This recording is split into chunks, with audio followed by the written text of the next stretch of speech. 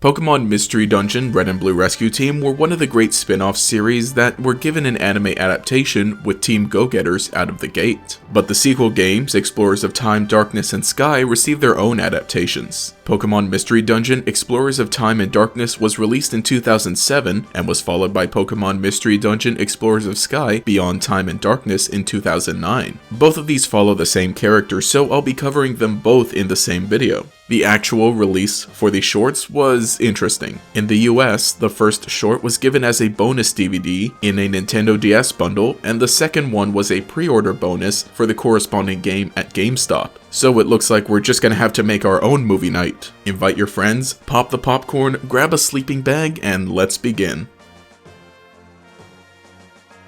In Pokémon Mystery Dungeon Explorers of Time and Darkness, things start off with Grovyle stealing the time gear as usual. Except his voice sounds a lot deeper than I thought it would. I wonder who voices him. Dan Green? Entei, and the Pharaoh? He was always there, from the very beginning. But anyway, we also catch up with a Chimchar who wants to become an explorer, and a Piplup who was a human and has been transformed into a Pokemon. Great, we're all set up once they head over to Wigglytuff's guild. It plays out a little similarly to the beginning of the game, which is honestly no problem at all. The Team Go-Getter short was the same way, and it's all in service of bringing the world to life and giving a taste of what's to come. When they meet all of the Pokemon in the guild, I actually like the voice acting here. In the last short, I said the voices sounded a little odd, but this time around, each voice fits each Pokemon very well. They sound how you would expect them to, and all of the voices are very charming. And I think having a few more characters to interact with is a good idea. It helps with the world building since we see more of the Pokemon inhabiting this place. After hearing Piplup's story of actually being a human, Wigglytuff lets them join the guild, and the next day, they get their first assignment. Recover a Gabite scale to help a Shinx.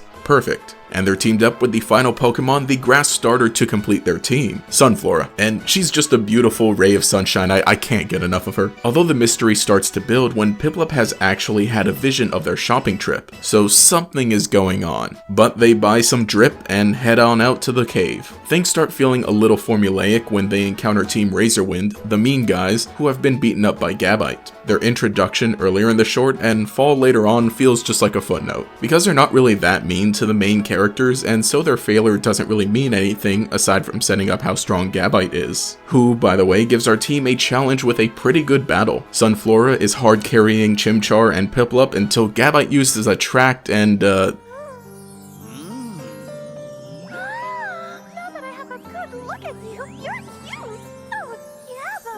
yeah, that looks about right. Thankfully, the drip comes in handy and they beat Gabite, who chills out and gives them a scale. Shinx feels better and the whole short works really well. It serves as an introduction to the story and is cute the whole time. But I feel like I'm forgetting something. Oh yeah, the time gear. While they do acknowledge that it's been stolen and that Piplup will be working toward discovering the mystery of his transformation, it still feels like a huge cliffhanger. What now? Am I just gonna have to play the actual game? If only there was more to— oh hey, there is.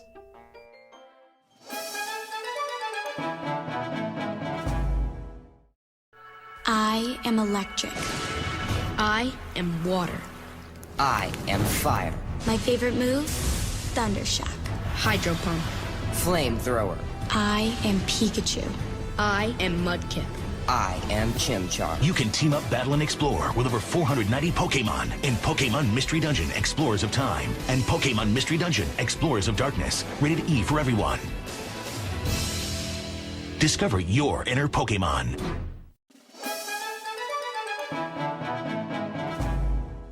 And now on to Pokémon Mystery Dungeon Explorers of Sky Beyond Time and Darkness. We start this one off with a huge lore dump, and it actually kind of works out, say if this were like the second episode following the first. Or at least it serves as a refresher. But I guess I did have to play the game in between because I could have used a little more refresher, and by the way, Grovyle is here as well. But our goal is set: defeat Dialga and stop all the crazy time shenanigans. Thankfully, having Grovyle as a main character now means we get to listen to the vocal syrup that is Dan Green's voice. voice. Most of this short is almost non-stop action, and it's a big final confrontation. If this was a whole series of say 12 episodes and this was the finale, it would be lit. But our group is met by Dusknoir and a bunch of Sableye, which they make quick work of. And after they stop Dusknoir, the heavy-hitting lore comes out. See, both Grovyle and Piplup are from the future, and if they stop the time shenanigans, they'll save the Pokemon here, but the two of them will disappear. Alrighty, some interesting stakes with a side of emotional tension. I sure hope this doesn't end badly. Anyway, Dusknoir attempts to sneak attack Chimchar, but Grovyle sacrifices himself to bring Dusknoir into the portal to the future. So yeah, it kinda ends badly. It's done so well, and it maintains the emotional impact. Even though we wouldn't have known Grovyle too long if you're just watching the two animated shorts back to back, the tone is still handled perfectly. But now it's up to Piplup and Chimchar to defeat Dialga. There's still some emotional tension in the air, as Piplup will also disappear unbeknownst to Chimchar should they succeed, but at least we're ready for the next challenge.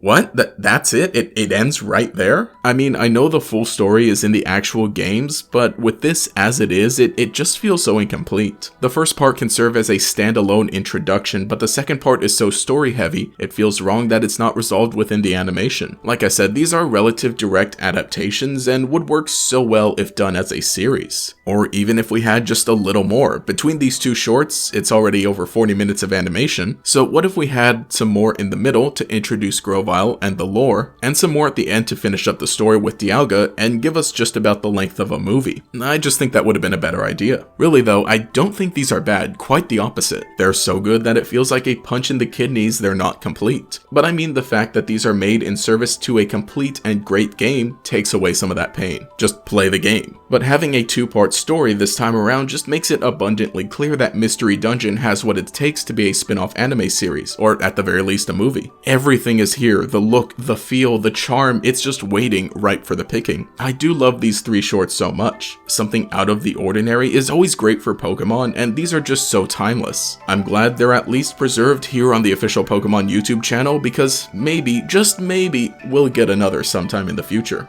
But only time will tell. And so that has been the Pokemon Mystery Dungeon anime shorts. But anyway, hey, this is GatorX, and let me know what you think. Have you seen this short before? And overall, what do you think of all of the Mystery Dungeon shorts? Like I said, there are 3 full-length ones, or at least full-length being 20 or so minutes.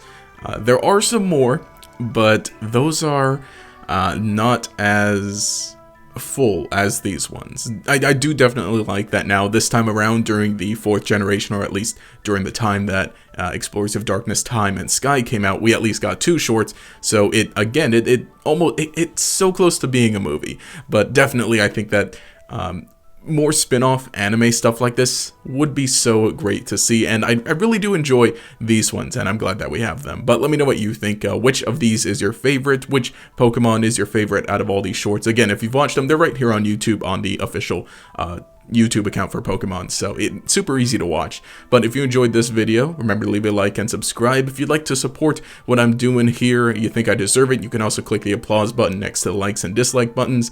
But aside from that, you could subscribe for free to stick around, and make sure you see each new video as it comes out by clicking that bell icon next to the subscribe button. Anyway, this has been GatorX. Have a nice day.